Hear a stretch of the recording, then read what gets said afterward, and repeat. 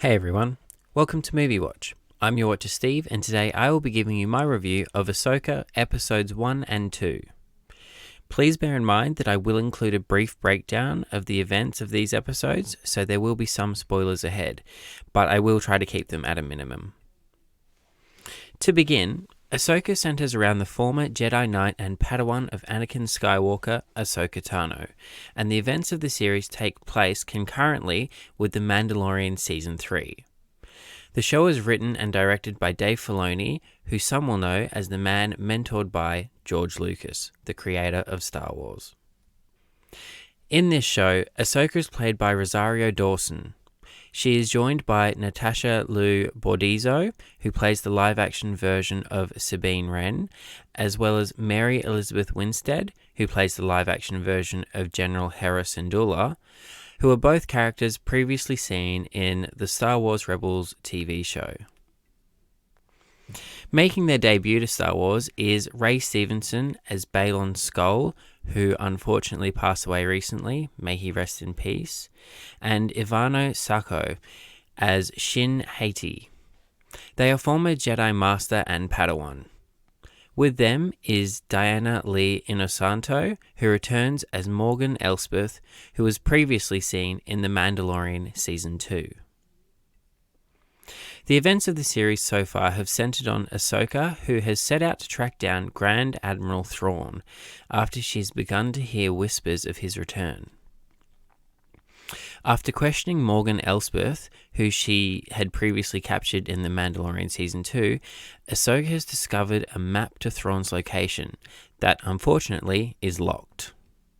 So to unlock the map, Ahsoka enlists the help of Sabine Wren, who we find has actually become a failed apprentice of Ahsoka's in the years since the events of Star Wars Rebels.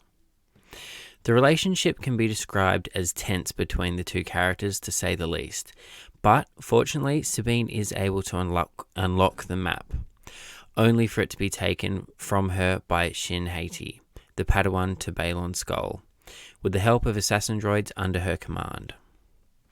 Although she is injured after the fight that ensued, Sabine still manages to help Ahsoka moving forward, as she is able to decipher where the droids came from by using the remains of one that had been defeated. Now, with the knowledge that the droids came from a shipping yard that Morgan Elspeth had previously had operations over, Ahsoka and General Syndulla wonder if Morgan still has involvement with the shipping yard under the radar of the Republic. So, the two decide to investigate. Upon their arrival, it's discovered that the staff that work the shipping yard are left over from the days of the Empire, as apparently it would be impossible to run without them. This adds to General Syndulla's concerns, and upon further investigation, she and Ahsoka discover that Morgan indeed still maintains some control and has been scavenging parts for her own purposes. In fact, a massive hyperdrive built for Elspeth begins to depart as the two are in the middle of their investigation. While trying to stop the departure, Ahsoka ends up battling a former Inquisitor, and Hera tries to stop the ship from leaving. The ship manages to escape, but luckily Chopper, Hera's droid, plants a tracking beacon that they can use to track down the ship's destination. We end with Sabine joining Ahsoka as her Padawan once again, both determined to track down and stop Thrawn, and hopefully find Ezra Bridger, the Padawan of Jedi Knight Kanan Jarrus and friend of Sabine and Ahsoka, who appears in the Star Wars Rebels TV show. I must say, I've been looking forward to this show for some time. I've watched both Star Wars The Clone Wars and Rebels multiple times, so when I heard that Ahsoka was getting her own show and the crew from Rebels was returning, I was very excited. Even more so knowing that Dave Filoni was the creator, as I found him to be the most reliable writer and director for Star Wars in recent years.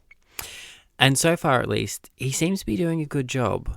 We're only 2 episodes into the show, so I'll wait to see how it all plays out, but I'm really enjoying the beginnings of this story. I say beginnings, but I felt that this story is more of a continuation of Rebels than anything else, but I will get to that shortly. Let's start with Rosario Dawson, who plays the lead. We've seen a bit of her Ahsoka already in The Mandalorian, and having had a taste, I was keen for more. I think overall Rosaria's portrayal of Ahsoka is true to the character. She performs the same mannerisms we're used to from Ahsoka, she has the temperament of a Jedi, and she looks and sounds like her. I personally find her portrayal to be a bit more serious to the Ahsoka from the Clone Wars, and maybe more of a tired character, but you could argue that this is from everything she's experienced over the years. I mean, if I'd been through everything she had, I'd probably feel tired and be pretty serious too. I just found that she was all about the mission and didn't take any time to stop. She was set on her goal. This didn't get in the way of me enjoying her character, it's just something I noticed. I think really Rosario has done the best job she possibly could at bringing Ahsoka to live action. She looks incredible as the character, and when I see her, I see Ahsoka, which really is the only thing we ask for from her. So in my book, she's done her job.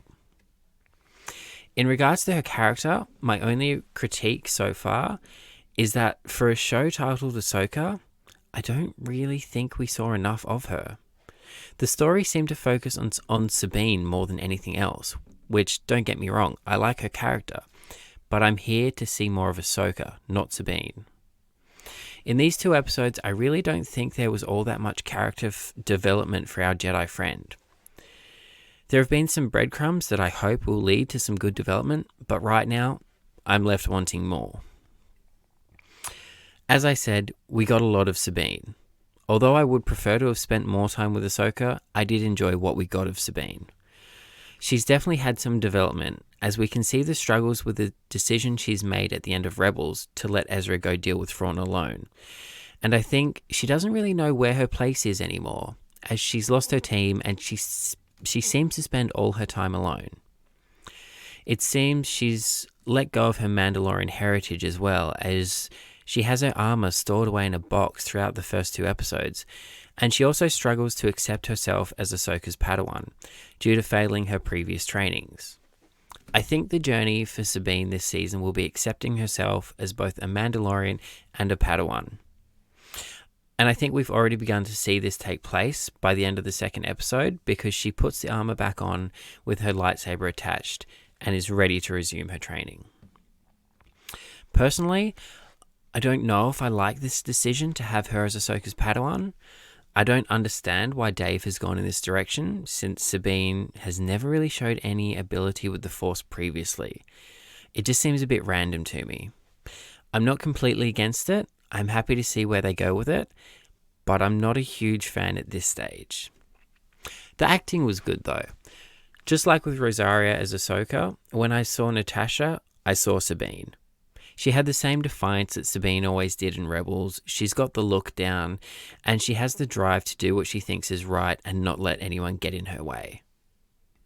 I had heard that Sabine shone the brightest, but from what I saw, I don't think that's the case. I think Sabine definitely had the most spotlight, but so far, there isn't any one character that outshines the rest, in my opinion. But I will say, I am very keen to learn more about Baylan Skoll, the former Jedi. We really don't know anything about him as yet, but I'm really enjoying Ray Stevenson's portrayal of the character. He's full of mystery and I'm totally here for it. I want to know more. I think really all the characters have been portrayed well. Dave and the cast have done a great job of bringing the animated characters to live action. It really was great to see them interact with one another again. Even the brief bit of action we got of Chopper was spot on. And these new characters that we're being introduced to have got me intrigued. The story Dave has going is compelling as well. Anyone that's seen Rebels will know just how much of a threat Grand Admiral Thrawn really is, so the fact that they're bringing him back is amazing. And it was all go too. There wasn't a single scene that wasn't driving the story forward. I'm glad to say there was no filler. The pacing I thought was really good too. There were definitely scenes that slowed the story down, but I think you needed that. If it were all action, I think the story would suffer. So far, I think they've got a good combination of action and drama. And speaking of action, the fight scenes we've seen so far have been spot on. Although they've been short, the choreography was really good, particularly the one with Sabine and Shin. And again, I've been left wanting more. It was great that there were so many Easter eggs planted throughout the show too. I spotted a ton for Rebels, and as a fan, I love spotting stuff like that, so I really appreciated how many they included. And one good thing from what I can tell is that it seems a lot of the footage used in the trailers has come from these first 2 episodes. I know some people have complained how much has been shown in the trailers to date, but it seems like there is so much more that we're yet to see. All in all, the direction and pacing of these 2 episodes was good. The cast did a great job, the story is compelling, and I think the show has done a great job of bringing the animated characters to life. It does seem more like a continuation to Rebels than it does a solo Ahsoka production, which I'm not too sure how I feel about, but I'm enjoying myself and I'm keen for the next episode. I don't think it's perfect, but for comparison purposes, I'd say it's better than Obi-Wan and probably on par with Mandalorian Season 2. It's definitely better than Mandalorian Season 3.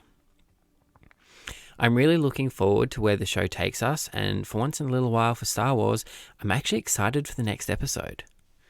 But that's all I really have to say for Ahsoka Episode 1 and 2. I hope you all enjoyed this review. Until the next time, thanks for tuning in.